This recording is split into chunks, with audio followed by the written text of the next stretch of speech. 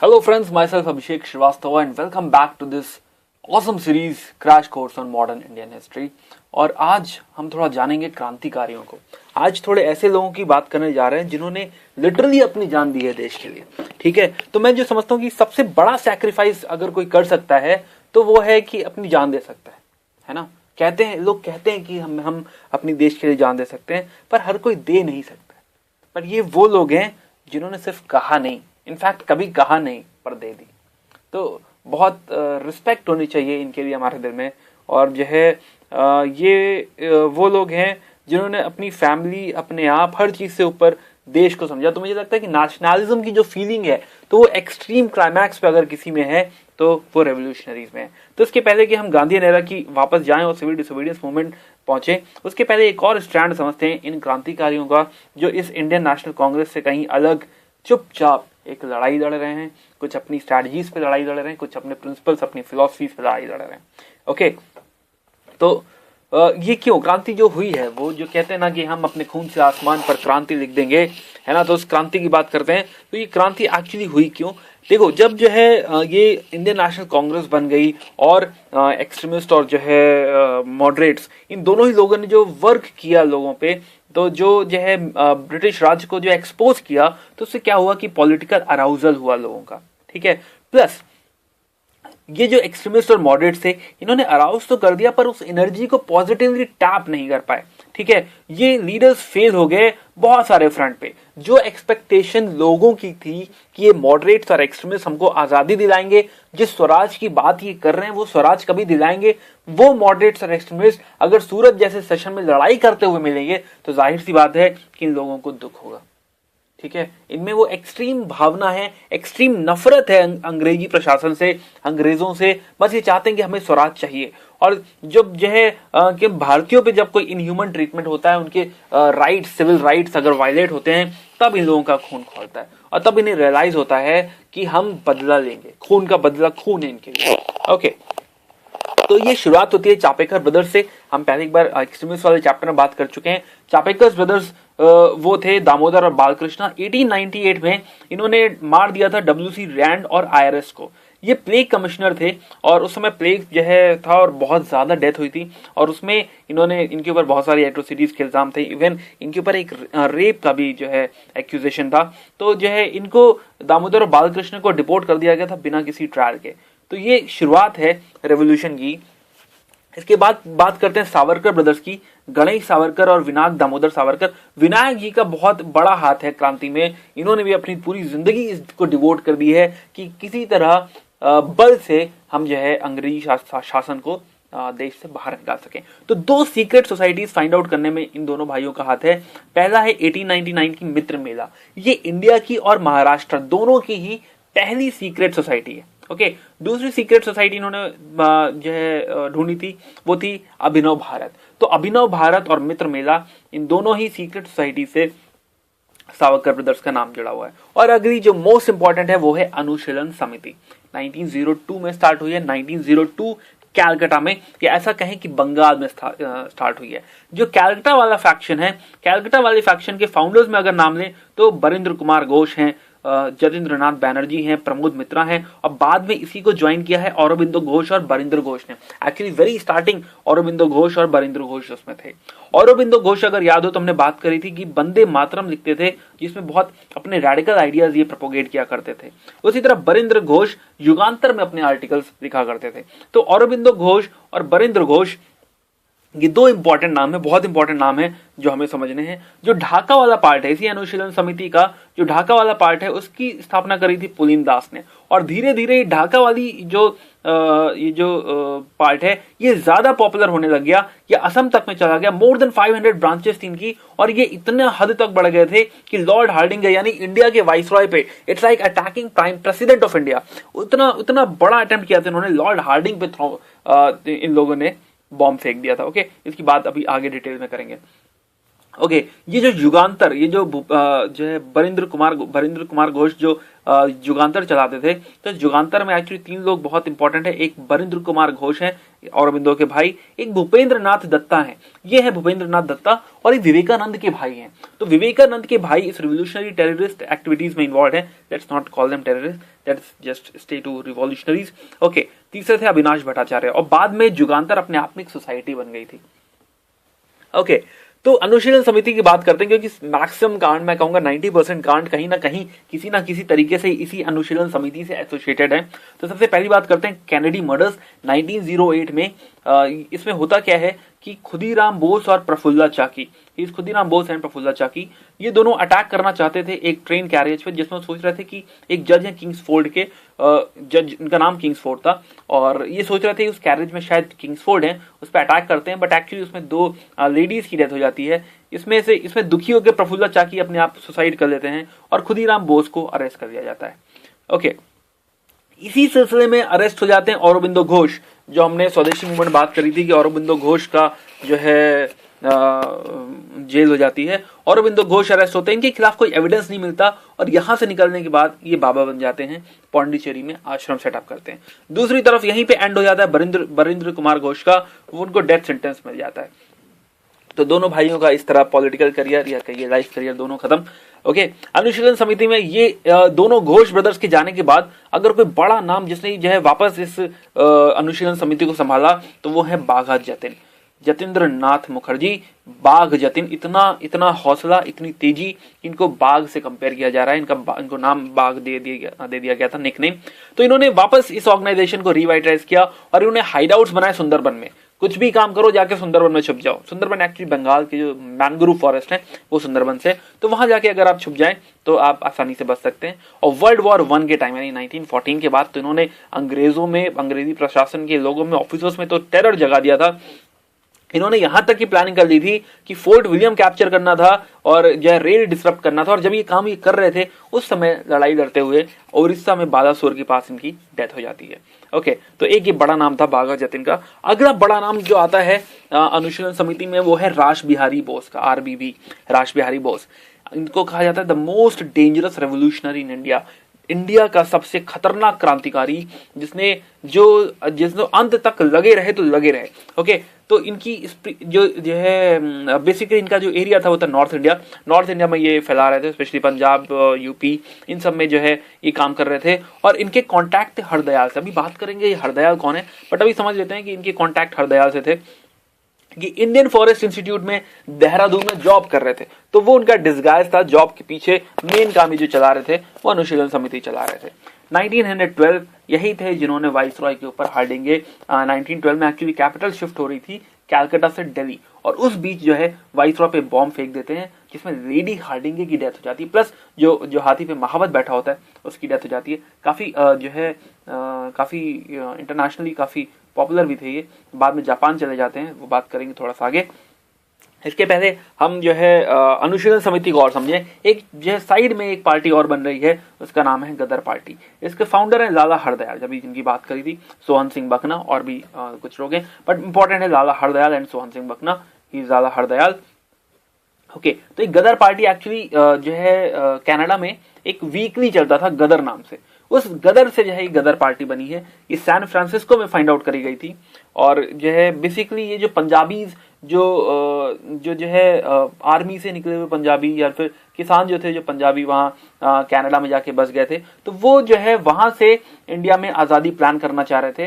तो उन लोगों का गेम था ये गदर पार्टी वाला। ये एजिटेट तब हो जाते हैं जब एक कोमागाता मारू इंसिडेंट होता है। कोमागाता मारू एक जापानीज शिप होती है, जो ये जो पंजाबी होते हैं, सिख्स होते हैं, इनको जो है लेके जा रही होती कनाडा। बट कनाडा में रेशियल डिस्क्रिमिनेशन की वजह से इनको उतरने नहीं दिया जाता और इनको वापस आने पड़ता है। और जब ये वापस आते हैं तो ट्रेन से बंडल बना के बुरी तरह भर के जो है इनको वापस भेज दिया जाता है। तो इससे ये लोग काफी, ये जो है गदर पार्टी वाले हैं, काफी दुखी होते हैं।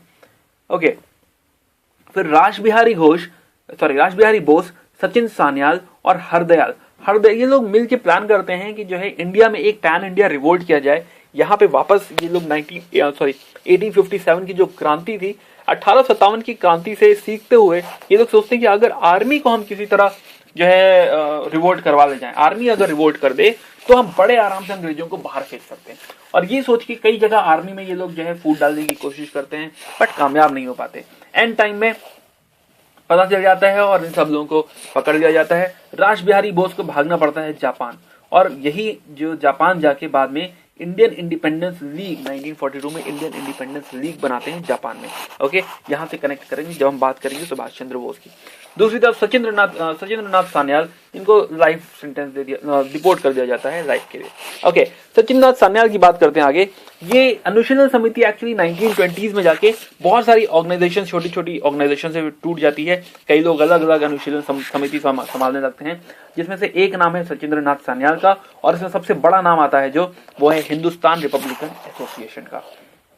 ओके, तो हिंदुस्तान रिपब्लिकन एसोसिएशन ने कई सारे फेमस कांड करे हुए हैं, जैसे काकोरी केस जो है 1925 का। तो काकोरी एक्चुअली लखनऊ के पास एक छोटी सी जगह है, वहां पे ये लोग चोरी करते हैं, और इस रॉबरी में मेन लोग जो इन्वॉल्व हैं वो है राम प्रसाद बिस्मिल, अशफाकुल्ला खान, चंद्रशेखर आजाद वगैरह वगैरह, बहुत सारे नाम इससे इन्वॉल्व हैं, और एक बहुत फेमस भी है।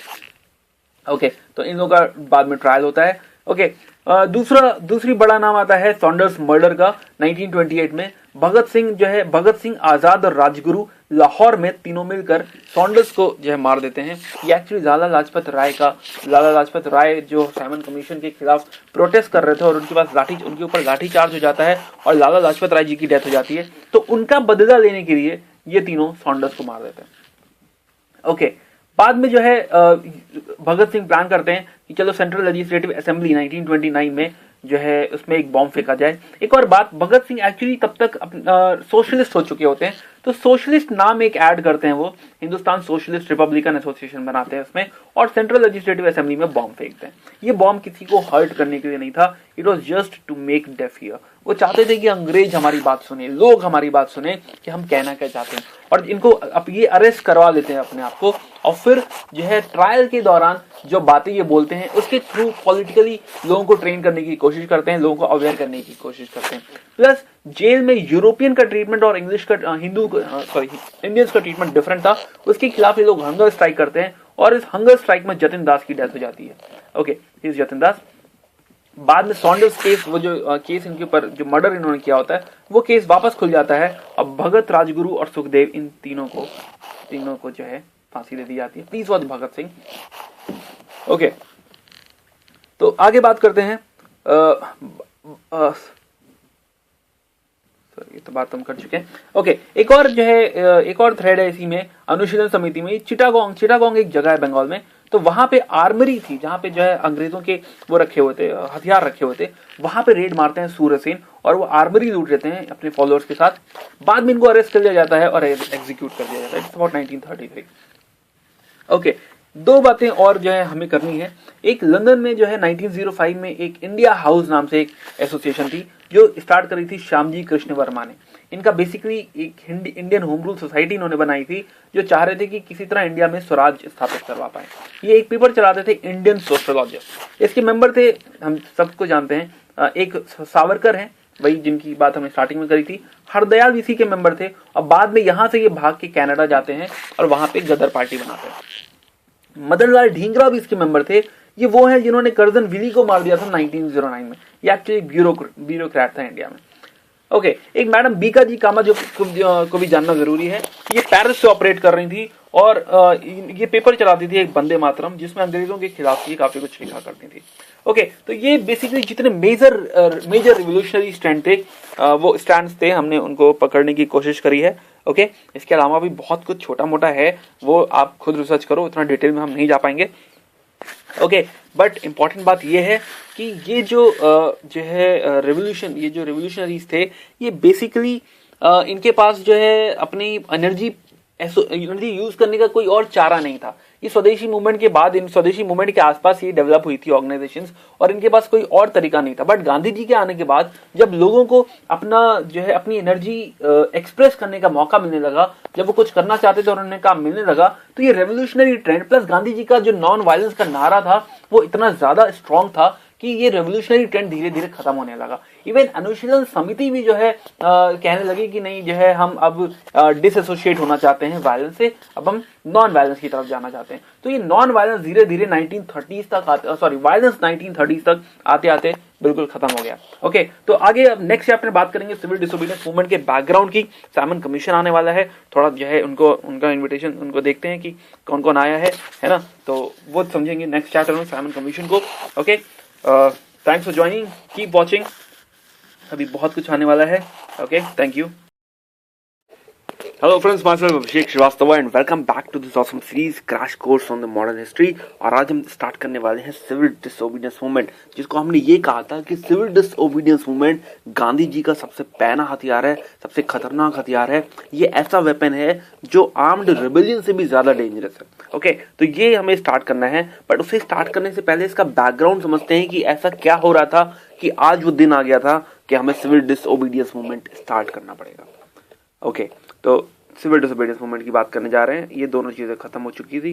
ओके, तो हमने जैसा कि अभी लास्ट चैप्टर में बात कर रहे थे, हम लास्ट चैप्टर में नहीं, जब हमने नॉन कोऑपरेशन की बात करी थी 1919 में, तो मॉन्टेग्यू चेम्सफोर्ड, यहाँ पे एम है, sorry for typing error, Montagu Chelmsford reform आई थी और इसमें सेंटर में जो लेजिस्लेटिव काउंसिल थी उसे बाई कैमरल बना दिया गया था, अपर हाउस और लोअर हाउस बना दिया गया था और डायरेक्ट इलेक्शन का प्रोविजन लाया गया था।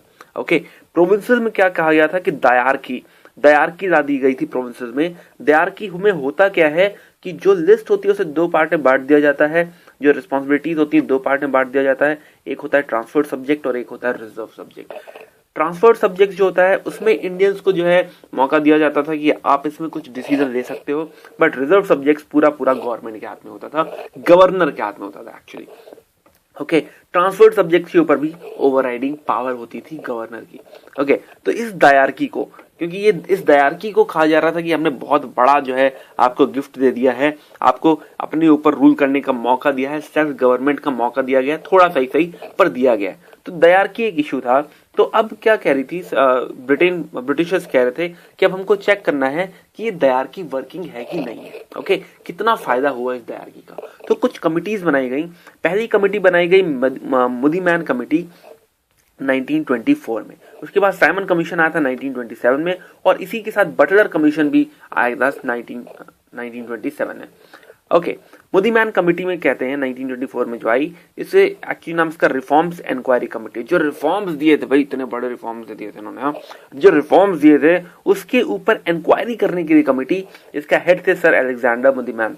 ओके, तो यहाँ पे जो मेजोरिटी जो है ब्रिटिशर्स की साइड थी, ऑफिशियल मेजोरिटी थी, उसका कहना था कि अभी क्या है ना कि दायरकी आए हुए बहुत कम टाइम हुआ है सर, अभी 5 ही साल तो हुए हैं, 1919 में आई है, थोड़ा टाइम लगा इंप्लीमेंट होने में, 2-3 साल बाद तो इंप्लीमेंट ही हुई है। ओके, तो अभी हम इसे जज नहीं कर सकते इतने कम टाइम में, अभी इसको और रहने देना चाहिए। ओके, जबकि एक छोटा सा फैक्शन इंडियंस का ये कह रहा था कि नहीं रिफॉर्म्स पूरी तरह फेल हो गई हैं सर, इसको बंद करिए, और हमको चाहिए कि हमें कॉन्स्टिट्यूशन चाहिए, ऐसी डिमांड कर रही थी ये माइनॉरिटी। ऑफ कोर्स मेजोरिटी की सुनाई देने वाला था, तो मेजोरिटी की सुनी गई। अब बोला गया अच्छा ठीक है, थोड़ा और टाइम पास हो जाने दो। ओके, जब थोड़ा सा और टाइम पास हो गया तो साइमन कमीशन को भेजा गया कि अच्छा अब देख क्या हो कि दायरकी काम कर रही है कि नहीं। ओके, तो ब्रिटिश गवर्नमेंट ने ये जो कमीशन भेजा, इसके हेड थे जॉन साइमन और 6 मेंबर्स थे इसमें। दुख की बात ये थी कि आप इंडिया में देखने आ रहे हो कि ये दायरकी काम कर रही है कि नहीं, और इस ग्रुप में एक भी इंडियन नहीं है। ये जो है बात किसी को पसंद नहीं आई, और सारे के सारे जितनी भी मेजर पॉलिटिकल पार्टीज थी, चाहे वो मुस्लिम लीग रही हो, चाहे वो कांग्रेस रही हो, कोई भी पार्टी, चाहे हिंदू महासभा रही हो, सारी पार्टीज ने कहा कि हम इसका पॉलिटिकल और सोशल बॉयकॉट करेंगे। जहां भी ये लोग गए वहां पे साइमन गो बैक का नारा लगाया गया। इनसे किसी ने डिस्कशन नहीं किया, किसी ने बात नहीं करी। खाली छोटे फैक्शंस थे जिन्होंने इसको एड्रेस किया, जैसे कि एंग्लो इंडियंस, डिप्रेस्ड क्लास, फिर मुस्लिम लीग का भी एक छोटा सा सेक्शन था जो ये मानता था कि नहीं हमें जो है इनसे बात करनी चाहिए। ओके, तो मुस्लिम ये जो है साइमन कमीशन वाला जो रिवोल्ट था, मतलब इसका जो बायकॉट किया गया था, इसी बायकॉट में ही लाला लाजपत राय को जो है के ऊपर लाठी चार्ज हो जाता है और उनकी डेथ हो जाती है। और इसी का बदला लेने के लिए, जैसे हमने बात करी थी लास्ट क्लास में कि लाला लाजपत राय जी को मार दिया जाता है, तो उसी का बदला लेने के लिए भगत सिंह के द्वारा सॉन्डर्स की हत्या हो जाती है। ओके, तो साइमन कमीशन जब कमीशन आएगा तो अपनी रिपोर्ट भी देगा। 1930 में अपनी रिपोर्ट देता है। ओके, और इस रिपोर्ट में कोई नाम नहीं देता डोमिनियन स्टेटस का, कहीं जिक्र नहीं करता कि इंडिया को डोमिनियन स्टेटस मिलना चाहिए। ठीक है, ये जो है पावर जो सेंटर में जो पावर की ट्रांसफर की बात होती पूरी तरह खारिज कर देता। नहीं, सेंटर पे नहीं ट्रांसफर होना चाहिए, प्रोविंसेस में थोड़ा बहुत दे दो ठीक है ना। ये बिल्कुल वैसे ही है जैसे आज हम बात करते हैं, आज हमारे पॉलिटिशियंस बात करते हैं कि गांव में आप जब वुमेन रिप्रेजेंटेशन 50% कर दो कोई बात नहीं, ठीक है, पर सेंट्रल लेजिस्लेचर में बात मत करो, लोकसभा में ऐसी बात मत करो। बिल्कुल वैसी ही बात है कि प्रोविंसेस में थोड़ा ट्रांसफर करना है, okay it's okay, but centre में बात मत करो। ठीक है, प्रोविंसेस में ऑटोनॉमी देनी है, इट्स ओके कूल, लेकिन जो है यहाँ पे सेंटर में हम बिल्कुल पावर शेयर नहीं करेंगे। ओके, तो बस ऐसी फालतू बातें जो इन्होंने करी हैं, ऐसी वाहियात बातें जो करी हैं, सारी पॉलिटिकल पार्टीज इसको रिजेक्ट करती हैं। ओके, और लॉर्ड इरविन भी कहते हैं यार ये पता नहीं इन्होंने क्या बोल दिया, इससे तो अभी यहाँ पे जो है रिवोल्ट भड़क जाएगा, संभालना तो मुझे पड़ेगा, ये तो कुछ भी बोल के निकल जाएंगे। तो लॉर्ड इरविन कहते हैं कि नहीं देखो चिंता मत करो, एक राउंड टेबल कॉन्फ्रेंस होगी और उसमें जो डिसीजन होगा वही फाइनल डिसीजन होगा। ये तो खाली कमीशन था, अपनी रिकमेंडेशन देके चला जाएगा, आगे करना तो जो है सरकार को ही है। बट एक्चुअली होता क्या है, जैसे अभी 7 पे कमीशन आया था, तो होता वही जो जनरली कमीशन देके जाती है, उसमें थोड़ा बहुत ऊपर नीचे 19-20 होता है। ओके, और इसी के साथ एक बटलर कमेटी बनाई गई थी। अब ये जो कमीशन था साइमन कमीशन, ये एक्चुअली प्रोविंसेस के साथ रिलेशन के लिए था। बटलर कमेटी जो थी, ये जो इंडियन स्टेट्स थे है ना, जो स्टेट्स हुआ करते थे, जो ब्रिटिश प्रोविंसेस नहीं थे, उनके लिए बटलर कमेटी बनाई गई थी कि इनका रिलेशन ब्रिटिशर्स के साथ कैसा होना चाहिए। ओके, तो इसमें 3 मेंबर कमेटी है, जिसमें चेयरमैन है हार्कोर्ट बटलर चेयरमैन। ओके, तो इनको बेसिकली जिसमें relation of states with Britain में इनको इंक्वायरी करनी थी। ओके, तो इन्होंने जो है रिकमेंडेशन ये दिया कि कभी भी स्टेट्स को ट्रांसफर नहीं करना चाहिए विदाउट देयर ओन विल, जब तक वो ना कहें कि हमको जो है हमारा ट्रांसफर आप इधर कर दो या हमारी पावर उनको दे दो, जब तक वो ना कहें तब तक ऐसा हमें नहीं करना चाहिए। ओके, तो ये जो 3 कमीशन आए हैं, स्पेशली साइमन कमीशन जो आया है, तो जो है साइमन कमीशन ये प्रूव करता है, एक्चुअली उस समय सेक्रेटरी ऑफ स्टेट थे लॉर्ड बिर्किनहेड, और लॉर्ड बिर्किनहेड का कहना था कि इंडियंस में इतनी एबिलिटी नहीं है कि वो ये डिसाइड कर सके कि कॉन्स्टिट्यूशन कैसा होना चाहिए और ट्रांसफर ऑफ पावर कैसे होनी चाहिए। तो इंडियन रिएक्शन क्या होता है जब ऐसी बातें होती है, साइमन कमीशन आया होता है, तो क्या होता है, सारी पार्टी कॉन्फ्रेंस होती है और बॉम्बे में मीटिंग होती है 1928 में ही मई में। ओके, और एक कमेटी बनाई जाती है जिसका हेड बनाया जाता है मोतीलाल नेहरू को। ओके, और इसमें और भी लोग हैं जैसे सुभाष हैं, तेज बहादुर सप्रू हैं, और इनको बोला जाता है, इनको काम दिया जाता है कि आप लोग बताओ कि इंडिया का कॉन्स्टिट्यूशन कैसा होना चाहिए। ओके, बहुत जल्दी अपनी रिपोर्ट रख देते हैं, मई में सेटअप हुई है, और अगस्त में अपनी रिपोर्ट लखनऊ में रख देते हैं। याद करो लखनऊ, मैंने कहा था कि लखनऊ बहुत इंपॉर्टेंट है। ओके, तो लखनऊ में ये अपनी रिपोर्ट रखते हैं अगस्त 1928 में। नेहरू रिपोर्ट की अगर हम बात करें तो नेहरू अपनी रिपोर्ट में कहते हैं, मोतीलाल नेहरू अपनी रिपोर्ट में कहते हैं कि इंडिया की जो मेन अभी एम है वो डोमिनियन स्टेटस होना चाहिए, और ये मेन बातें करते हैं कि फ्रीडम ऑफ रिलीजन होना चाहिए, ज्वाइंट मिक्स्ड इलेक्टोरेट्स की बात करते हैं, सेपरेट इलेक्टोरेट्स की यहाँ थोड़ा सा ये बात नहीं करते हैं। ठीक है, रिजर्वेशन ऑफ सीट्स होना चाहिए, पर हिंदुओं के लिए भी और मुस्लिम्स के लिए भी, जहां जो भी माइनॉरिटी है, अगर हिंदू माइनॉरिटी है तो उसके लिए सीट रिजर्व कर दो उस प्रोविंस में, अगर मुस्लिम माइनॉरिटी है तो उसके लिए सीट रिजर्व कर दो। ओके, और रिजर्वेशन जो होना चाहिए पॉपुलेशन पे बेसिस पे होना चाहिए, जितना परसेंटेज ऑफ पॉपुलेशन उतनी परसेंटेज ऑफ सीट्स। और यूनिवर्सल एडल्ट सफरेज की बात करते हैं कि जो है जब इलेक्शन होना चाहिए तो जो भी 18 साल या 14 साल जो भी एज डिसाइड हो उससे ऊपर हो, चाहे वो वुमेन हो या मेन हो, उसको जो है वोट देने का हक होना चाहिए। ओके, कैलकाटा में फिर ऑल पार्टी कॉन्फ्रेंस में जब यही बातें रखी जाती हैं तो जिन्ना इनको अपोज करता है। ओके, और कहता है नहीं ये मुस्लिम्स के फेवर में नहीं है, और एमआर जयकर कहते हैं कि अच्छा मुस्लिम्स के फेवर में नहीं है, तो आप कौन होते हैं मुस्लिम्स का फेवर करने वाले? भाई आप है मुस्लिम लीग से, बट मुस्लिम लीग क्या सारे मुस्लिम्स को रिप्रेजेंट कर रही है ना? आप कैसे कह सकते हो कि मुस्लिम लीग पूरे मुस्लिम आपके साथ है? भाई बहुत सारे मुस्लिम्स कांग्रेस के साथ भी हैं, तो आप अकेले ऐसा कैसे कह सकते हो? और ये ऑब्जेक्शन एक्सेप्ट नहीं करा जाता, पूरी तरह से खारिज कर दिया जाता है इनका ऑब्जेक्शन। ये बात जिन्ना को पसंद नहीं आती, और यहाँ पर एक जो है एक गांठ बंध जाती है जिन्ना के दिल में। ओके, जिन्ना वापस जाते हैं और एक 1929 में अपना प्रोग्राम प्रेजेंट करते हैं, 14 पॉइंट्स प्रोग्राम। ओके, 14 पॉइंट्स अपने रखते हैं कि नहीं नेहरू रिपोर्ट गलत है और ये 14 पॉइंट होने चाहिए। दिल्ली में वो अपनी ये बात कहते हैं। मेन पॉइंट की हम बात कर रहे हैं, मेन लिखा हुआ है, मेन पॉइंट्स की बात करते हैं।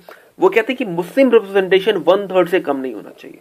ठीक है। दूसरा, सेपरेट इलेक्टोरेट कंटिन्यू करना चाहिए। सेपरेट इलेक्टोरेट मुस्लिम्स की डिफरेंट कॉन्स्टिट्यूंसी जहां से सिर्फ मुस्लिम इलेक्ट हो सकते हैं, ठीक है, और मुस्लिम्स को सर्विसेज में भी शेयर मिलना चाहिए। ऐसी और भी कुछ बातें हैं। तो इस तरह की पॉइंट्स अपनी जो है रिपोर्ट में जिन्ना रखते हैं।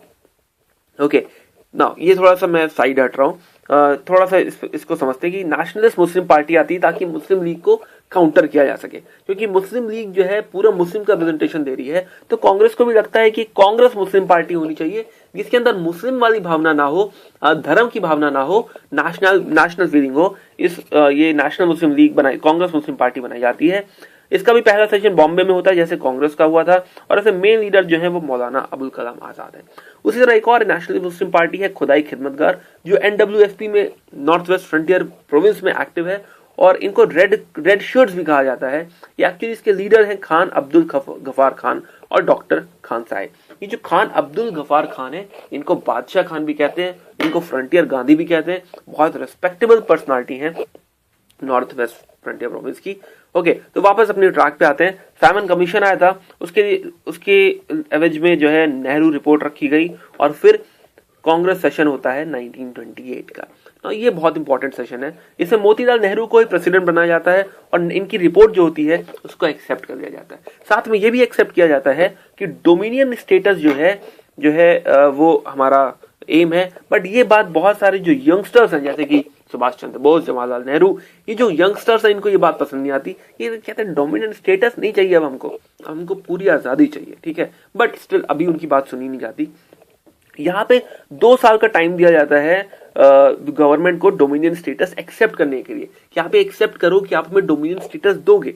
बाद में इन्हीं जवाहरलाल नेहरू और सुभाष चंद्र बोस के प्रेशर में इसको 1 साल कर दिया जाता है, और कहा जाता है अगर आपने डिमांड एक्सेप्ट नहीं करी तो हम सिविल डिसोबीडियंस मूवमेंट स्टार्ट कर देंगे। और यहीं पे स्टार्ट होती है all India youth Congress. Okay, अगले साल 1928 में दिसंबर में सारी बातें हुई। 1928 में बहुत हैपनिंग है 1929। Okay, foreign cloth boycott committee बनाई जाती है और सारे फॉरेन क्लोथ की बॉनफायर जलाने लगते हैं। इनफैक्ट गांधी जी को अरेस्ट कर लिया जाता है इसी चक्कर में, और फॉरेन क्लोथ का बॉनफायर और ज्यादा बढ़ जाता है गांधी जी के अरेस्ट के बाद। यही टाइम है जब हमारे भगत सिंह बॉम्ब एक्सप्लोड करते हैं लेजिस्लेटिव असेंबली में, जैसा हमने पिछले चैप्टर बात करी थी, टू मेक डेफ हियर। और यही टाइम है जब राम से मैकडोनाल्ड इंग्लैंड में पावर में आ जाते हैं, कि लेबर पार्टी को बिलोंग करते हैं। अब तक कंजर्वेटिव पार्टी पावर में थी। ओके, 1929 में ही इरविन वो स्टेटमेंट देते हैं, कहते हैं कि नहीं डोमिनियन स्टेटस तो जो है आपका गोल है ही, ऐसा 1917 डिक्लेरेशन में बात हमने पहले ही कह दी थी। और RTC जो राउंड टेबल कॉन्फ्रेंस होगी वही होगी जो फाइनल डिसाइडिंग अथॉरिटी होगी। ये जो साइमन कमीशन था ये फाइनल डिसाइडिंग अथॉरिटी नहीं था। जब वो ऐसी बात करते हैं तो एक दिल्ली मैनिफेस्टो आता है, दिल्ली में जो है पार्टीज डिसाइड करती हैं। इरविन साहब को कहती है कि अच्छा ठीक है, अगर आप ऐसी बात कह रहे हो तो ये समझो कि RTC का जो है RTC हमको डोमिनेंट स्टेटस देनी चाहिए, पहली बात, और कांग्रेस की RTC में मेजॉरिटी होनी चाहिए। जब राउंड टेबल कॉन्फ्रेंस हो तो उसमें मेजॉरिटी कांग्रेस की हो। ये सारी बातें इरविन रिजेक्ट कर देते हैं। जब इरविन इसको रिजेक्ट कर देते हैं नवंबर में, तब अगला सेशन होता है कांग्रेस का 1929 में, Lahore session, Lahore Congress. Very very very very very very important Lahore Congress, क्योंकि यहाँ पे मोतीलाल नेहरू से कमान संभाल लेते हैं जवाहरलाल नेहरू प्रेसिडेंट बनते हैं। ये कहते हैं कि पूर्ण स्वराज ही हमारा गोल है, और यह कहते हैं कि अब जो है Congress round table conference attend नहीं करेगी। ओके, अब हम सिविल डिसोबीडियंस मूवमेंट लॉन्च करेंगे। ओके, और लेजिस्लेटिव मेंबर्स जो है स्वराजिस्ट वगैरह थे उन्हें अब रिजाइन करना होगा। प्लस एक और बात ये कहते हैं अब हम पहला स्वराज दिवस बनाएंगे, पहला इंडिपेंडेंस डे मनाएंगे, आजादी मनाएंगे 26 जनवरी 1930। और यहां से ये जो 26 जनवरी 1930 है ये डेट बहुत इंपॉर्टेंट हो जाएगी, और इसीलिए इसी दिन 26 जनवरी को हम अपना कॉन्स्टिट्यूशन जानबूझ के पास करेंगे। ओके, 31 दिसंबर 1929 पहली बार हमारा तिरंगा लहराएगा जो है at the banks of Ravi नदी के किनारे।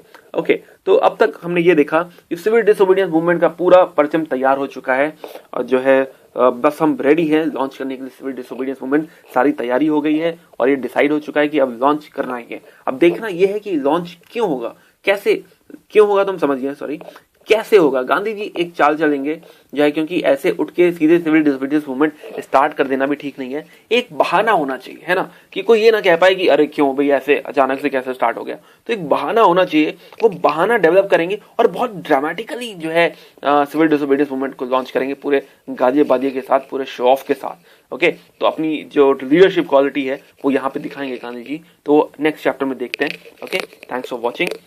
Okay, thank you very much. Hello friends, myself Abhishek Shrivastava and welcome back to this awesome series Crash Course on Modern History। और आज हम स्टार्ट करने वाले हैं सिविल डिसओबीडियंस मूवमेंट। ओके, और हम जानेंगे राउंड टेबल कॉन्फ्रेंस है क्या। ओके, एक गोल मेज कॉन्फ्रेंस जो होने वाली है ये है क्या। तो सिविल डिसओबीडियंस मूवमेंट 5 साल का कोर्स है, 1930 से में स्टार्ट होगी और 1934 तक जाएगी। ओके, तो जैसा कि हमने लास्ट चैप्टर में बात करा था कि 1928 के कांग्रेस सेशन जो कि कलकत्ता में हुआ था, मोतीलाल नेहरू प्रेसिडेंट थे और नेहरू रिपोर्ट इन्होंने सबमिट करी थी। ओके, और इन्होंने कहा था अगर हमारी डोमिनियन स्टेटस से डिमांड नहीं मानेंगे तो सिविल डिसोबीडियंस लॉन्च कर देंगे। उसके 1 साल बाद बाप से जो है बेटे ने जो है ये सल्तनत ले ली, जवाहरलाल नेहरू प्रेसिडेंट बन गए लाहौर सेशन में, पूर्ण स्वराज जो है बन गया हमारा गोल और सिविल डिसोबीडियंस मूवमेंट लॉन्च करेंगे, ये वहां पे इन्होंने कसम खा ली। ओके, तो यहाँ पे सिविल डिसोबीडियंस मूवमेंट अब लॉन्च करना है, जिम्मेदारी दे दी गई गांधी जी को। ओके, तो गांधी जी ने क्या किया कि एक अपना 11 पॉइंट अल्टीमेटम बनाया, 11 डिमांड रखी कि जो है जिसमें से एक डिमांड थी कि एबॉलिशन ऑफ सॉल्ट टैक्स होना चाहिए, जो लैंड रेवेन्यू है इसमें 50% की कटौती हो जानी चाहिए, इंडिजिनस टेक्सटाइल इंडस्ट्री को बढ़ोतरी मिलनी चाहिए, मिलिट्री एक्सपेंसेस कम करो, सिविल एक्सपेंसेस कम करो, इंटॉक्सिकेंट्स को पूरी तरह बंद कर दो, सीआईडी में रिफॉर्म होनी चाहिए। ओके, और जो है आदमी डिफेंस के लिए अगर आर्म्स रखना चाहे तो वो रख सकता है।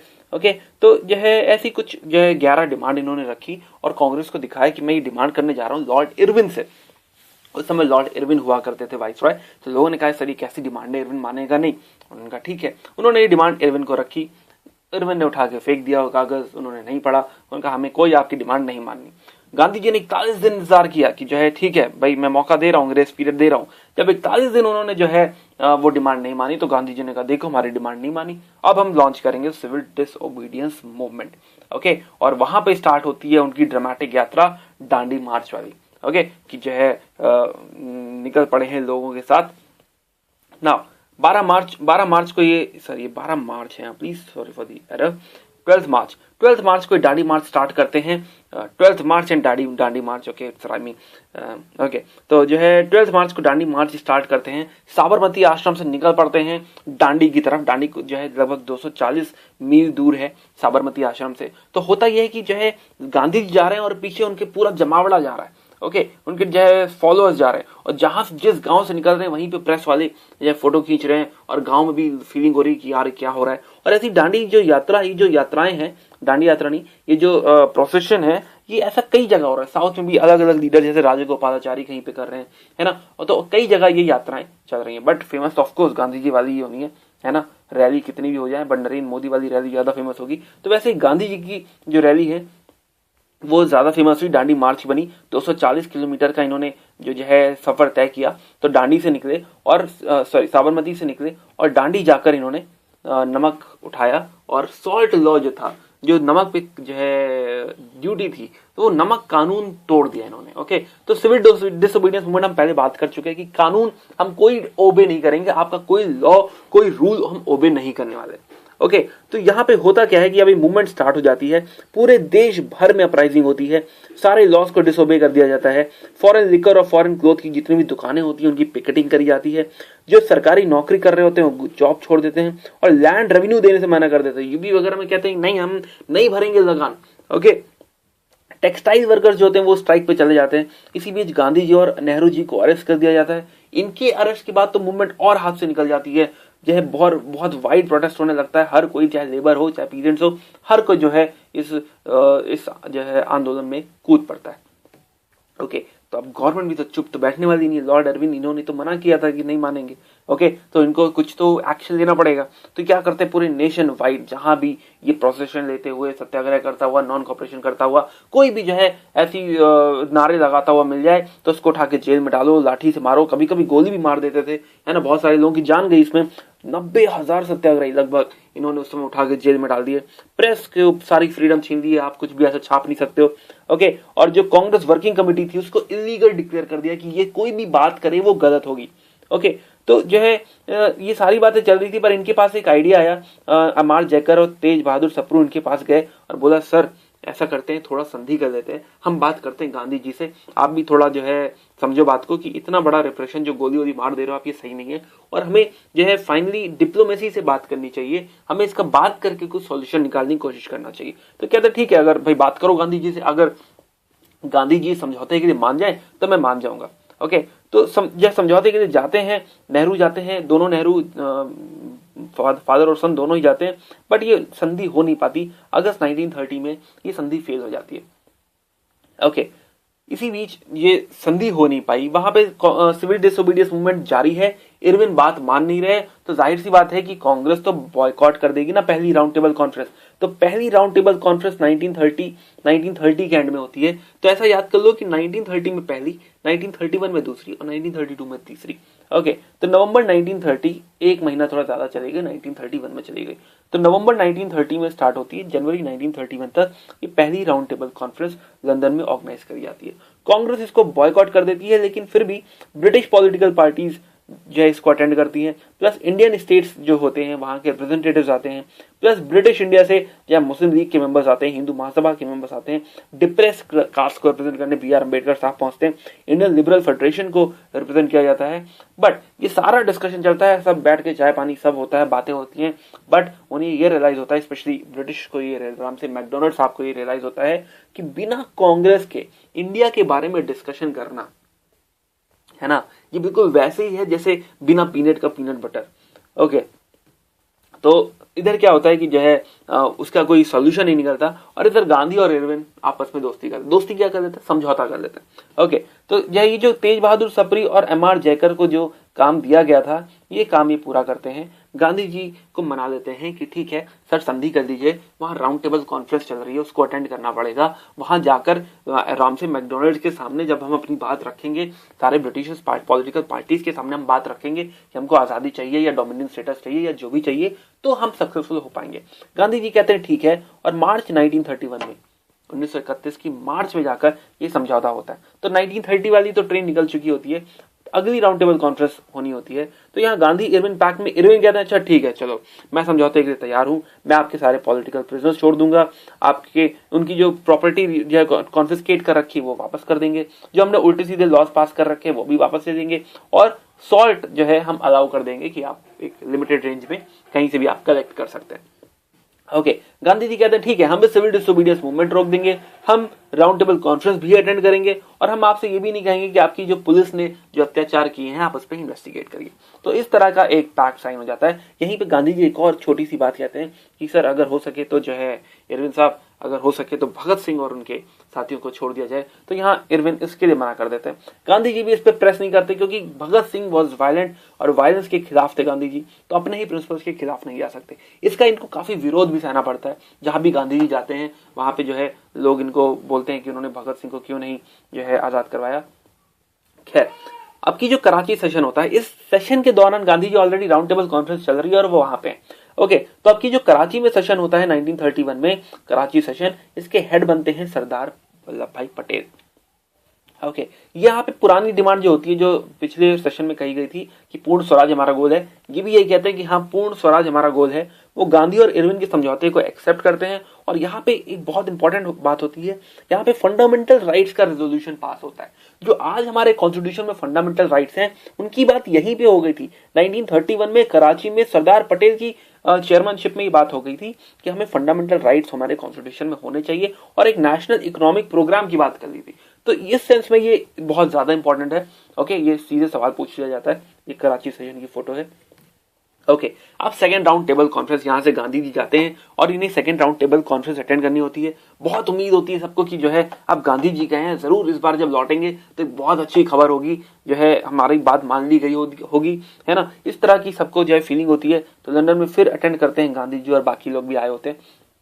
होता क्या है, ये गांधी जी बैठे हुए हैं यहाँ पे, सेकंड राउंड टेबल कॉन्फ्रेंस चल रही है, पर गांधी जी बात करते हैं डोमिनियन स्टेटस की, और बाकी जो लोग बैठे होते हैं वो कोई अपने राज्य की बात कर रहा है, कोई जो है अपने सेपरेट इलेक्टोरेट की बात कर रहा है ना, कोई कह रहा है डिप्रेस क्लास के लिए भी अलग हमको जो है इलेक्टोरेट चाहिए। तो ये सेपरेट इलेक्टोरेट्स और ये जो कम्युनल प्रॉब्लम थी ये नेशनल प्रॉब्लम के ऊपर ओवरटेक कर लेती है। गांधी जी फ्रस्ट्रेट हो जाते हैं, समझाने की कोशिश करते हैं कि पहले हमें आजादी पे ध्यान देना चाहिए, पहले हमको डोमिनेंट स्टेटस मिल जाए, आजादी मिल जाए, उसके बाद जो है हम सोचेंगे कि हाँ मुस्लिम्स की कितनी सीटें बांटेंगे और डिप्रेस क्लास की क्या होगा, किस तरह से करेंगे। पर यहाँ सुनने वाला कोई नहीं था, सबको ये लग रहा था अगर आजादी मिल गई तो ये हिंदू या फिर अपर कास्ट हम पे कब्जा कर लेंगे और हमारा फिर कुछ हो नहीं पाएगा, तो अगर हमें कोई समझौता करना है तो अभी करना है। ओके, इस चक्कर में क्या हुआ कि मेन बात जो थी आजादी की जो बात थी वो कहीं पीछे रह गई और इसका कोई सॉल्यूशन नहीं निकला, कोई डेडलॉक नहीं निकला, इस डेडलॉक हो गया और इसको तोड़ नहीं पाए। गांधी जी फ्रस्ट्रेट होकर वापस आ गए। जब गांधी जी वापस आए तो इनको तुरंत जेल में डाल दिया गया कि भाई ये तो इन्होंने तो कोई सॉल्यूशन निकाला ही नहीं। ओके, तो इरविन ने इनको तुरंत जेल में डाल दिया और जो सिविल डिसोबीडियंस मूवमेंट था वो इन्होंने रिज्यूम करवा दिया। ओके, प्लस ये रिज्यूम हुआ तो लॉर्ड वेलिंगटन उस समय आ चुके थे, इरविन जा चुके थे, लॉर्ड वेलिंगटन ने जो है अपना रिप्रेशन भी रिज्यूम कर लिया। ओके, नाउ इसी बीच 32 चल रहा था ऑलरेडी। 32 में जो है थर्ड राउंड टेबल कॉन्फ्रेंस होती है। अब की थोड़ा कम लोग आते हैं, काफी लोग कम हो चुके होते हैं, कांग्रेस तो फिर से बायकॉट कर चुकी होती है। ओके, कम लोग आए और यहां से तीनों राउंड टेबल कॉन्फ्रेंस का जो सार निकला उस वही सार बना गवर्नमेंट ऑफ इंडिया एक्ट 1935 और एक झटका लगा कम्युनल अवार्ड के रूप में। ओके, तो आराम से मैकडोनाल्ड ने एक गिफ्ट दिया इंडिया को, कम्युनल अवार्ड 1932। कम्युनल अवार्ड में क्या था, सेपरेट इलेक्टोरेट्स की बात करी गई। मुस्लिम्स के लिए तो पहले ही सेपरेट इलेक्टोरेट्स की बात कर चुके थे, इन्होंने कहा सिख्स के लिए भी होना चाहिए, यूरोपियंस के लिए भी होने चाहिए, क्रिश्चियंस के लिए भी होने चाहिए, एंग्लो इंडियंस के लिए भी होने चाहिए। Plus special constituencies depressed class को दे दी कि इनके लिए भी सेपरेट इलेक्टोरेट होगा, इनकी कॉन्स्टिट्यूएंसी ही अलग कर दी जाएगी। इवन मराठास के लिए सीट, वुमेन के लिए सीट इन्होंने अलग बुक कर दी। ओके, बात चले ठीक है, वुमेन के लिए सीट्स बुक होनी चाहिए, बट ये हमारा इंटरनल मैटर है, हम कभी भी ये सारी बातें डिसाइड कर सकते थे। प्लस ये जो बंटवारा कर दिया, ये बंटवारा इन्होंने बहुत जो है बुरा कर दिया। जो है अब तक हम कम्युनल लाइन से बटे थे, अब हिंदूज को भी जो है अपर कास्ट और लोअर कास्ट में इन्होंने बांट दिया था। ये जब सुना गांधी जी ने, तो गांधी जी उस समय यरवाड़ा जेल में थे, पूना में थे। गांधी जी तुरंत अपने आमरण अनशन पे चले गए। उन्होंने डिसाइड किया कि तो गांधी जी डिसाइड कर लेते हैं कि उनको आमरण अनशन करना है। ओके, और जब ये आमरण अनशन वाली बात सुनते हैं, स्पेशली जब जो है लोगों को पता चलता है, जब ये बात पेपर में आती है, तो जो है सब लोगों को बुरा लगता है कि नहीं यार ये तो हमारी आपस की लड़ाई की वजह से गांधी जी, क्योंकि गांधी जी को सब लोग बहुत प्यार करते थे। तो जब अंबेडकर साहब ये सुनते हैं तो उनको फिर जाना पड़ता है यरवाड़ा जेल और गांधी जी से डिस्कस करना पड़ता है कि गांधी जी क्या करना चाहिए। तो गांधी जी और अंबेडकर साहब में ये पैक्ट साइन होता है, इसी को पूना पैक्ट कहते हैं 1932 का। और इसमें एक एग्रीमेंट होता है कि जनरल कोटा में ही रिजर्व सीट्स मिल जाएंगी और डिप्रेस क्लास के लिए भी, मतलब उनका अलग से कुछ नहीं होगा और ज्वाइंट इलेक्टोरेट्स होगा, उनका साथ में इलेक्शन होगा। ओके, इस तरह से डिप्रेस क्लास से समझौता करके गांधी जी एक बड़ा एवर्जन यहाँ पे बचा ले जाते हैं। ओके, बट 1933 में गांधी जी को रियलाइज होता है कि जो है अब उनको ज्यादा काम करना चाहिए हरिजन इशू पे, जो अनटचेबल्स हैं, जो आउटकास्टेड हैं, है ना, जो lower state of the society है, उन पे ज्यादा काम करना चाहिए। और 1933 में गांधी जी अपनी पूरी की पूरी एनर्जी इसी काम में लगा देंगे। इवन जो इनका पेपर है ना हरिजन भी वो इसी टाइम 1933 में स्टार्ट करेंगे और उसमें अपनी राइटिंग से वो जो है अनटचेबिलिटी दूर करने की कोशिश करेंगे, सैनिटेशन की बात करेंगे, गांव के सुधारों की बात करेंगे। ओके, तो 1933 में गांधी जी ये कर रहे हैं। 1934 में गांधी जी को लगता है कि जो है नहीं, अब मूवमेंट का काम हो चुका है और ये मूवमेंट धीरे धीरे डाई डाउन कर रही है, तो गांधी जी मूवमेंट को विड्रॉ कर देते हैं। ओके, तो ये इस कोर्स रहा सिविल डिसोबीडियंस मूवमेंट का, और हमने ये समझ लिया कि क्यों हुई, कैसे हुआ, क्यों खत्म हो गई, और राउंड टेबल कॉन्फ्रेंस भी जान ली। अब अगला जो गांधी जी का हथियार है क्विट इंडिया मूवमेंट, कि नहीं अब तो बस अंग्रेजों भारत छोड़ दो, अंग्रेजों भारत छोड़ो, ये आखिरी मूवमेंट है कि नहीं हमें कुछ नहीं चाहिए, बस आप भारत छोड़ो और हमें कोई रिफॉर्म नहीं चाहिए, कोई छाप से नहीं चाहिए, बस आप सिर्फ और सिर्फ भारत छोड़ दो। तो ये यहाँ तक हम कैसे पहुंचे, ये थोड़ा कोर्स डेवलप करने की कोशिश करेंगे और फिर क्विट इंडिया मूवमेंट हम स्टार्ट करेंगे। ओके, तो जो है थैंक्स फॉर वॉचिंग, बने रहिए, अभी थोड़ा सा और बाकी है। Okay, thank you very much. Hello friends, myself Abhishek Shrivastava and welcome back to this awesome series crash course on modern history. और आज हमको देखना है कांग्रेस मिनिस्ट्रीज क्या थी और ये सोशलिज्म एक छोटा सा टॉपिक है, ये भी हमको साथों साथ जो है थोड़ा सा जानना होगा क्योंकि काफी इंपॉर्टेंट है ये टॉपिक सोशलिज्म। ओके, तो अब तक हमने क्या बात करी थी कि सिविल डिसओबीडियंस मूवमेंट हमने किया था और जो है सिविल डिसओबीडियंस मूवमेंट खत्म हुआ था, और जैसा कि हम एक बार बात कर चुके हैं कि अगर एक बड़ा मूवमेंट खत्म हुआ है तो अब वक्त होगा एक पॉज का, जहां पे हम अपनी सारी एनर्जीज को वापस गेन करेंगे, देखेंगे हमसे क्या मिस्टेक्स हुई हैं और फ्यूचर कोर्स डिसाइड करेंगे कि स्ट्रगल का फ्यूचर कोर्स क्या होना चाहिए। ओके, तो जैसा कि हमने लास्ट चैप्टर में बात करी थी, जो थर्ड राउंड टेबल कॉन्फ्रेंस थी जो लंदन में चल रही थी, उसमें कांग्रेस के बिना ये डिसाइड हो जाता है कि जो है फ्यूचर जो है रिफॉर्म्स क्या होने वाले हैं, और वहां से दो चीजें इंडिया को दी जाती हैं। एक पहली चीज दी जाती है कम्युनल अवार्ड, जो हमने लास्ट चैप्टर में ऑलरेडी हम खत्म कर चुके हैं। हमने बात करी थी कि पूना पैक्ट में गांधी जी किस तरह जो है B.R. अम्बेडकर साहब से ये पैक्ट, एक पूना पैक्ट साइन करते हैं और ये डिसाइड करते हैं कि ज्वाइंट इलेक्टोरेट्स होगा। एक दूसरी चीज यहीं से आई थी, गवर्नमेंट ऑफ इंडिया एक्ट 1935। ये बात हम एक बार पहले कर चुके हैं, बट स्टिल इसको थोड़ा आज डिटेल में समझते हैं कि गवर्नमेंट ऑफ इंडिया एक्ट 1935 से क्या डिफरेंस आया। ओके, तो गवर्नमेंट ऑफ इंडिया एक्ट 1935 दो चीजों से रिलेटेड है। जैसे आज हमारा एक सेंटर है जिसके अंदर स्टेट्स आते हैं बहुत सारे, उसी तरह उस समय भी उन्होंने कहा कि एक जो है सेंटर होगा और सेंटर के अलावा प्रोविंसेस होंगे, ब्रिटिश प्रोविंसेस और प्रिंसली स्टेट्स होंगे। ओके, प्रिंसली स्टेट्स तो जो है गवर्न अलग तरीके से होंगे, फेडरेशन में जो है ये लोग पार्ट होंगे इनका, बट प्रोविंसेस की स्पेशली बात करते हैं हम। प्रोविंसेस के जो सब्जेक्ट्स होंगे, जैसे कि आज स्टेट सब्जेक्ट्स होते हैं, प्रोविंसेस में जो सब्जेक्ट्स होंगे, या ऐसा कह लें कि जो टोटल सब्जेक्ट्स हैं प्रोविंसेस और सेंटर के बीच में, वो तीन पार्ट में डिवाइडेड होंगे। एक होंगे प्रोविंशियल लिस्ट, जो पूरी की पूरी तरह प्रोविंसेस उसका ध्यान रखेगी, और दूसरी होगी फेडरल लिस्ट, जैसे कि आज हमारे उसमें जो है सेंट्रल लिस्ट है, और एक होगी कंकरेंट लिस्ट। ओके, और जो भी रेजिडुअरी पावर होगी वो वाइसरॉय के पास होगी, सेंटर के पास होगी। ओके, जो फेडरल लिस्ट होगी उसमें जो है ट्रांसफर्ड और रिजर्व सब्जेक्ट्स होंगे। तो जो दायरकी पहले प्रोविंसेस में थी, वो दायरकी अब सेंटर में आ चुकी है। ओके, और प्रोविंसेस में इन्होंने बात कर दी है कि प्रोविंशियल लिस्ट जो होगी वो जो है वहां पे इलेक्टेड गवर्नमेंट देखेगी, इलेक्शन होंगे वहां पे, तो इलेक्शन जब होंगे तो गवर्नर होंगे और मिनिस्ट्रीज होंगी।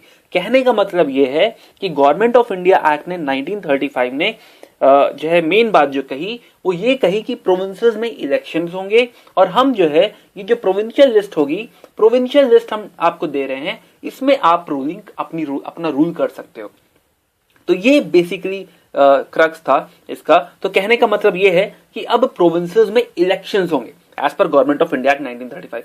फेडरेशन वाला पार्ट कभी एक्शन में नहीं आएगा, बट मेन चीज ये है कि अब इलेक्शंस होने वाले थे, यानी सिविल डिसओबीडियंस मूवमेंट के बाद बहुत जल्द इलेक्शन आने वाले थे।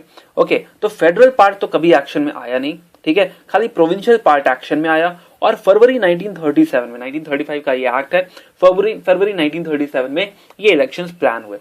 11 प्रोविंसेस में इलेक्शंस प्लान हुए हैं। देखो, ये बिल्कुल भी रटने की जरूरत नहीं है कि कहां प्लानिंग थी। मेन इलेक्शन जो भी प्रोविंसेस है जो आप नाम जानते हो उन्हीं में प्लानिंग है, खाली एक बार नाम पढ़ लो। ओके, तो कांग्रेस जो है 6 प्रोविंसेस में गवर्नमेंट बनाती है और मुस्लिम लीग बुरी तरह इसमें हारती है। ओके, और कांग्रेस मुस्लिम लीग के साथ पावर शेयर करने से मना कर देती है। ओके, तो होता क्या है कि ये वाली जो 8 प्रोविंसेस हैं, मद्रास सेंट्रल प्रोविंसेस यानी MP हो गया, बिहार, उड़ीसा, UP, बॉम्बे, असम, NWF, इन सब में कांग्रेस या तो कोलिशन गवर्नमेंट बना लेती है, किसी जो है लोकल पार्टी के साथ मिलकर बना लेती है, या फिर खुद की जो है सीट्स इतनी ज्यादा थी कि ये जो है अपनी पार्टी बना लेती है। जैसे मद्रास में 74% सीट्स कांग्रेस की है, सेंट्रल प्रोविंसेस बिहार और उड़ीसा में, इन सब में मेजोरिटी है कांग्रेस की। तो जो कांग्रेस ने अपने दम पे जो है सीट्स सरकार बनाई। तो ओवरऑल देखें तो टोटल 1585 सीट्स थी, उसमें से कांग्रेस की 707 सीट्स हैं और मुस्लिम लीग 106 सीट्स पे। ओके, तो मुस्लिम लीग जो है बुरी तरह जो है यहाँ पे हारी है मुस्लिम लीग। तो जो है ये कहना चाहिए कि मुस्लिम लीग को एक बड़ा झटका लगा यहाँ पे। ओके, और ये हिस्टोरिकली बहुत इंपॉर्टेंट है। ओके, ये मुस्लिम लीग का हारना यहाँ पे बहुत ज्यादा इंपॉर्टेंट था। हारना इंपॉर्टेंट था मतलब मैं ये नहीं चाहता कि मुस्लिम लीग हारे या जो है हार गई तो बुरा हुआ। मैं ये कहना चाहता हूं कि मुस्लिम लीग के हारने से इतिहास में काफी एक बदलाव आ गया, स्पेशली मुस्लिम लीग की सोच में बहुत बदलाव आ गया। उन्हें ये रियलाइज हो गया कि वो ये समझते हैं कि वो मुस्लिम्स को रिप्रेजेंट करते हैं, बट एक्चुअली मुस्लिम्स उन्हें इलेक्ट नहीं कर रहे। मुस्लिम्स अपनी जो है जैसे कि सिंध हो गया, पंजाब हो गया, NWFP हो गया, ओके, बंगाल हो गया, इन सब में भी मुस्लिम लीग नहीं जीती जहां मुस्लिम ज्यादा है। तो मुस्लिम प्रोविंसेस में, मुस्लिम मेजोरिटी एरियाज में जब मुस्लिम लीग हारी, तब इनकी आंखें खुली कि यार हम तो वाकई मुस्लिम्स को रिप्रेजेंट नहीं कर रहे। वाकई ये जो कांग्रेस कहती है कि जो है आपका क्लेम गलत है कि आप सारे मुस्लिम्स को रिप्रेजेंट करते हो, ये गलत है, मतलब ये सही है। ओके, तो तब इनकी जो है आंखें खुलती हैं और इन्हें रियलाइज होता है कि नहीं, अब हमें मुस्लिम्स को जगाना होगा, या ये कहें कि मुस्लिम्स को भड़काना होगा, मुस्लिम को भड़का के अपनी साइड लाना होगा। ओके, तो जो बेसिकली जो पार्टी जिस चीज के लिए बनी होती है या जिस मुद्दे पे बनी होती है, वो उसी मुद्दे के बारे में सोचती रहती है और उस मुद्दे की बात बाहर कभी निकल नहीं पाती। ओके, तो जैसे कि अगर आपको अगर चॉकलेट पसंद है, तो टीवी या किसी भी एड में अगर चॉकलेट की तारीफ कर दी जाए कि इससे जो है एक्टिवनेस आती है या इससे बड़ा फायदा होता है, तो आप बहुत जल्दी वो चीज कैच कर लेते हैं। और अगर उसी चॉकलेट की बुराई कर दी जाए कि इससे क्या होगा, आप लेजी हो जाएंगे, मोटे हो जाएंगे, तो वो चीज आप नेग्लेक्ट कर देते हैं। ओके, तो उसी तरह मुस्लिम लीग जो थी उसको ये रियलाइज हुआ कि ये मुस्लिम्स हमको अपने फेवर में चाहिए, तो किसी भी तरह कोई भी रीजन लगा के हमको अपने फेवर में इनको लाना पड़ेगा, चाहे इसके लिए हमें कम्युनल राइट्स कराने पड़े, चाहे मुस्लिम्स को भड़काना पड़े, कोई भी प्रोपेगेंडा अपनाना पड़े, बट हमको ये करना पड़ेगा। एक और गलती कर दी कांग्रेस ने, अगर मुस्लिम लीग के साथ पावर शेयर कर ली होती, उनको थोड़ा कोलिशन गवर्नमेंट बना देते कि अच्छा ठीक है इस प्रोविंस में ये मिल के हम सरकार बना देते हैं, तो शायद ये जो है वेंटिलेट हो गए होते। ओके, इनका जो ग्रीवांसेस थी वो जो है शायद वेंटिलेट हो गई होती, बट ऐसा हुआ नहीं। ओके, और यहाँ पे मुस्लिम लीग के अंदर दिल में एक बहुत बड़ी खटास आ गई। उन्होंने कहा नहीं, नेशनलिज्म बाद में, पहले इस्लाम की बातें करते हैं, मुस्लिम्स के भले की बातें करते हैं। इसमें एक्चुअली मुस्लिम्स का भला कुछ नहीं है, मुस्लिम लीग के अपने सेल्फिश रीजंस हैं, वो जीतना चाहते हैं और वो पावर की जो भूख है वो जो है इसके सारे खेल के पीछे है, और यही भूख आगे ले जाके पार्टीशन करवाती है।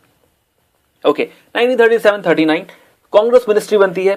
मेजर इंपॉर्टेंस कांग्रेस मिनिस्ट्री की ये है कि आज तक कांग्रेस बातें करती थी कि हमको स्वराज दे दो, हमको सरकार बनानी है, हम अपने आप को रूल कर सकते हैं। आज ये मौका मिला था ये प्रूव करने का कि आप वाकई रूल कर सकते हैं। ओके, अगर यहां पे ये लोग एडमिनिस्ट्रेशन ना संभाल पाते तो सरकार तो अंग्रेजों को बिल्कुल कहने को मौका मिल जाता, और खुद इन लोगों को भी रियलाइज हो जाता कि बातें करना बड़ी बात है, बातें करना बहुत आसान है कि हमें स्वराज दे दो, हम अपनी रूलिंग खुद ही कर लेंगे, हम आपके लायक हैं, हम आपसे रेशली जो है किसी भी तरह कम नहीं है, ये सारी बातें करना आसान है। बट आज बात नहीं करनी थी, आज काम करना था, ये प्रूव करना था कि नहीं है सरकार, हम खुद भी चला सकते हैं। तो ये यहां पे जब कांग्रेस मिनिस्ट्री बनी, तब कांग्रेस मिनिस्टर्स को कांग्रेस के जो लीडर्स थे उनको मौका मिला कि आज अपनी बातें हमें सिद्ध करनी है।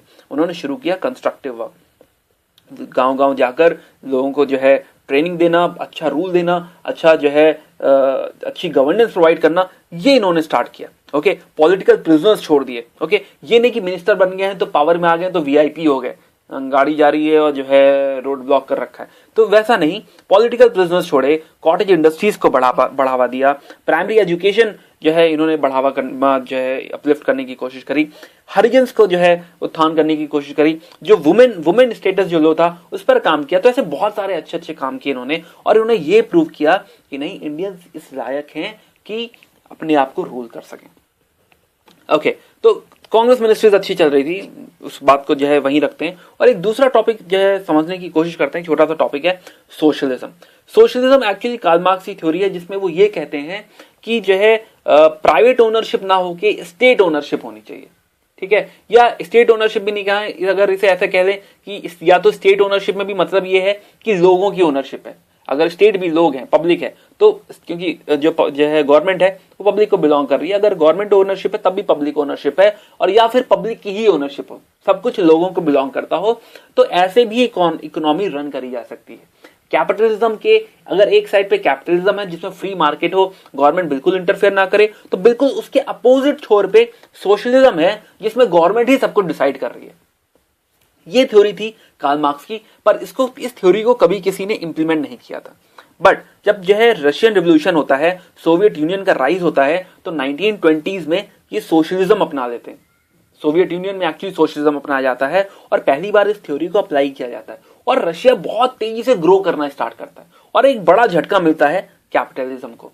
ओके, अब इंडिया के पर्सपेक्टिव में सोचो, अगर आप उस जो है दिन होते 1920s में अगर आप होते और आप अंग्रेजों से नफरत करते हैं, तो जैसे ही आप सुनेंगे कि जो है सोशलिज्म ग्रो कर रहा है, आप ये कहोगे कि जो कैपिटलिज्म है, कैपिटलिज्म देखो, कैपिटलिज्म का भी एक जो है ऑल्टरनेटिव हमारे पास मौजूद है। हम कैपिटलिस्टिक ना होके हम सोशलिस्टिक होंगे, हमारी सरकार ऐसी होगी जो सब लोगों का ध्यान रखेगी। तो ये जो सोशलिज्म का आइडिया था ये बहुत ज्यादा फैसिनेटिंग था, और हमारे जो उस टाइम के लीडर थे, चाहे वो भगत सिंह हो गए, चाहे नेहरू हो गए, चाहे सुभाष हो गए, ये सारे के सारे लीडर्स इससे बहुत ज्यादा अट्रैक्ट होते हैं और सारे के सारे सोशलिस्ट हो जाते हैं। ओके, इवन ये जो हमने लास्ट चैप्टर में बात करी थी, रिवोल्यूशनरीज वाले चैप्टर में बात करी थी कि हिंदुस्तान रिपब्लिकन एसोसिएशन को भगत सिंह बना देते हैं Hindustan socialist Republican association. Okay, तो ये जो सोशलिज्म वाला आइडिया था ये वहां पे उस टाइम ट्रेंडिंग था। ओके, और एक और इन लोगों की जो है एक और इस बात से बढ़ावा मिलता है कि उसी समय यूएसए में ग्रेट इकोनॉमिक डिप्रेशन आता है 1929 में, और तब ये लोग कहते हैं देखो हमने कहा था कैपिटलिज्म में लोचा है, कुछ गड़बड़ है कैपिटलिज्म में, सोशलिज्म ही सही है, सोशलिज्म ही होना चाहिए। ओके, और कांग्रेस में भी ये जो लेफ्ट विंग था, जो सोशलिस्ट विंग था, ये डेवलप होने लगता है, जिसमें सबसे इंपॉर्टेंट नाम अगर हम ले तो जवाहरलाल नेहरू और सुभाष चंद्र बोस।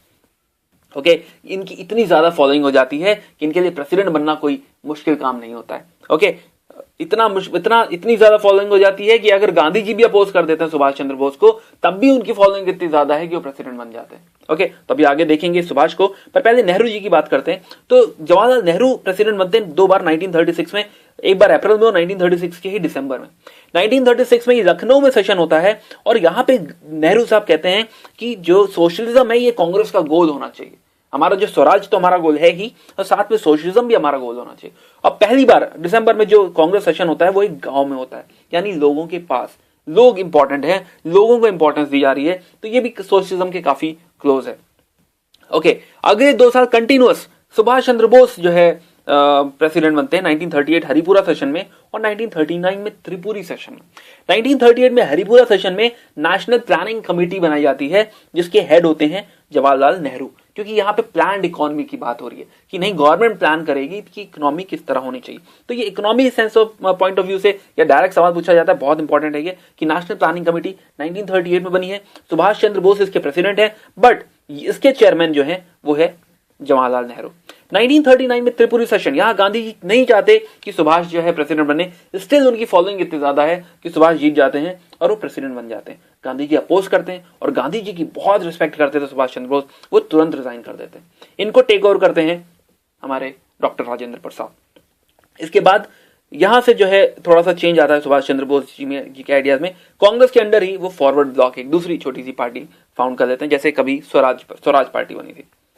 ओके, फिर वर्ल्ड वॉर स्टार्ट हो जाता है, और जो है वर्ल्ड वॉर स्टार्ट होता है, और जैसे ही वर्ल्ड वॉर स्टार्ट होता है ब्रिटेन इंडिया को उसमें ऑटोमेटिकली इंक्लूड कर लेता है कि भाई ये तो हमारे साथ लड़ेंगे, तो हमारा ही देश है। ओके, तो ये थोड़ा सा ड्रामा देखेंगे यहाँ पे क्या होता है, और ग्रेजुअली मतलब हम देखेंगे कि आगे स्टेप में कांग्रेस मिनिस्ट्रीज जो होती हैं वो रिजाइन कर देती हैं। तो जो है इस चैप्टर में बेसिकली हम ये जानना चाह रहे थे कि ये जो कोर्स है, ये जो क्विट इंडिया मूवमेंट के बाद का जो कोर्स है, जिसमें कांग्रेस मिनिस्ट्रीज बनी, गवर्नमेंट ऑफ इंडिया एक्ट आया, और जो है कांग्रेस मिनिस्ट्रीज ने रूल करके दिखाया। एक बात हमने ये समझी, और दूसरी बात हमने ये समझी कि जो सोच है वो काफी सोशलिज्म की तरफ जा चुकी है। हम कैपिटलिज्म को जो है नहीं पसंद कर रहे हैं, हम सोशलिस्ट आइडियाज वाले हो गए हैं, और यही रीजन है कि ये सोशलिज्म आइडिया दिमाग में इतना ज्यादा है कि जब अभी कॉन्स्टिट्यूशन बनाएंगे तो कॉन्स्टिट्यूशन में डायरेक्टिव प्रिंसिपल्स में आप देखोगे, अगर आप पढ़ते हो, कि बहुत सारे डायरेक्टिव्स ऐसे हैं जो सोशलिस्टिक आइडियाज हैं, जैसे कि जो है लेबर की जो है कोई अगर इंडस्ट्री है तो उसमें लेबर की ओनरशिप होनी चाहिए, है ना। तो इस तरह के जो है डायरेक्टिव प्रिंसिपल्स बनाए गए, और भी ऐसे बहुत सारे सोशलिस्टिक आइडियाज हैं, जैसे कि जो है जॉब प्रोवाइड करें और जो है गवर्नमेंट अच्छी वेजेस प्रोवाइड करे। तो ये सारी बातें सोशलिज्म की क्लोज हैं। ओके, तो अभी हमें अगले चैप्टर में देखना है कि वर्ल्ड वॉर जब स्टार्ट होता है तो क्या होता है, और किस तरह से हम क्विट इंडिया मूवमेंट की तरफ धीरे धीरे बढ़ जाते हैं। ओके, तो really I am really thankful for you for watching this, और जो है आपके बहुत प्यारे कमेंट्स आ रहे हैं और बहुत अच्छी बातें कही हैं लोगों ने, तो I am really thankful to you. और प्लीज आप इसे जो है रेट करें, रिव्यू करें, रिकमेंड करें, ओके, दोस्तों के साथ शेयर करें। Thank you very much, thanks for watching.